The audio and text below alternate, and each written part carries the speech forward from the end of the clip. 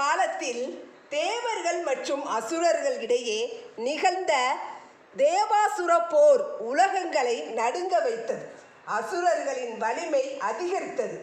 தேவர்கள் பலவீனமடைந்து தோல்வியடைந்தனர். துயரத்தில் மூழ்கிய தேவர்கள் படைப்பின் முதல்வரான பிரம்மாவிடம் சென்று தங்கள் நிலையை விண்ணப்பித்தனர். அந்த காலத்தில் பிரம்மனுக்கு 5 தலைகள் இருந்தன. 4 திசைகளையும் நோக்கும் தெய்வீக முகங்களோடு 5வது தலை விலங்கு வடிவில் இருந்ததாக புராணங்கள் கூறுகின்றன. தேவர்களின் துயரத்தை கேட்ட பிரம்மா அசுரர்களை வெல்ல ஒரே சக்தி சிவபிரானியிடம் மட்டுமே இருக்கிறது. அவரிடம் சென்று சரணடைந்தால் உங்களுக்கு பாதுகாப்பு கிடைக்கும் என்று அருள் கூறினார். தேவர்கள் உடனே பரம கருணை வடிவான சிவன் அவர்களை நாடினர். தேவர்களின் வேதனையை கண்ட சிவபெருமான் தனித்து நின்று அசுரர்களுடன் மகா யுத்தம் புரிந்தார். போர் கடுமையாக வெடித்தது. சிவபிரானின் தெய்வீக உடலில் தோன்றிய வியர்வை துளிகள் பூமியில் விழ அந்த ஒவ்வொரு துளியிலிருந்தும் மாத்திரைகள் எனப்படும் சிவகணங்கள் தோன்றின. அவை அசுரர்களை அச்சமுறச் செய்து விரட்டி அடித்தன.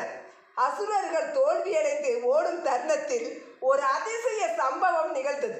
கங்கை கரையில் இருந்த பிரம்மாவின் 5வது தலை அசுரர்களை மீண்டும் போருக்கு கூவி அழைத்தது. இதை கண்ட தேவர்கள் அதிர்ச்சி அடைந்தனர். தங்கள் பாதுகாவலரின் தலைதான் எதிரிகளுக்கு துணையாக அழைப்பது உலக சமநிலைக்கே ஆபத்தாக இருந்தது. அவர்கள் உடனே பரிபாலகரான விஷ்ணுவிடம் சென்றனர்.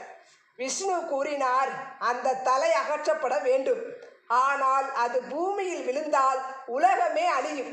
இதற்கு தீர்வு சிவபெருமானிடமே உள்ளது. தேவர்கள் மீண்டும் சிவனை நாடினர். சிவபெருமான் சிரித்தபடி, பயப்பட வேண்டாம், உலகம் பாதிக்காமல் நான் அதை ஏந்திக் கொள்கிறேன் என்று அருளுரை வழங்கினார். அவரின் கருத்துக்கு ஏற்ப சிவபெருமான் பிரம்மாவின் 5வது தலையை அகற்றி அதன் மண்டையோட்டை தன் கரத்தில் தாங்கினார்.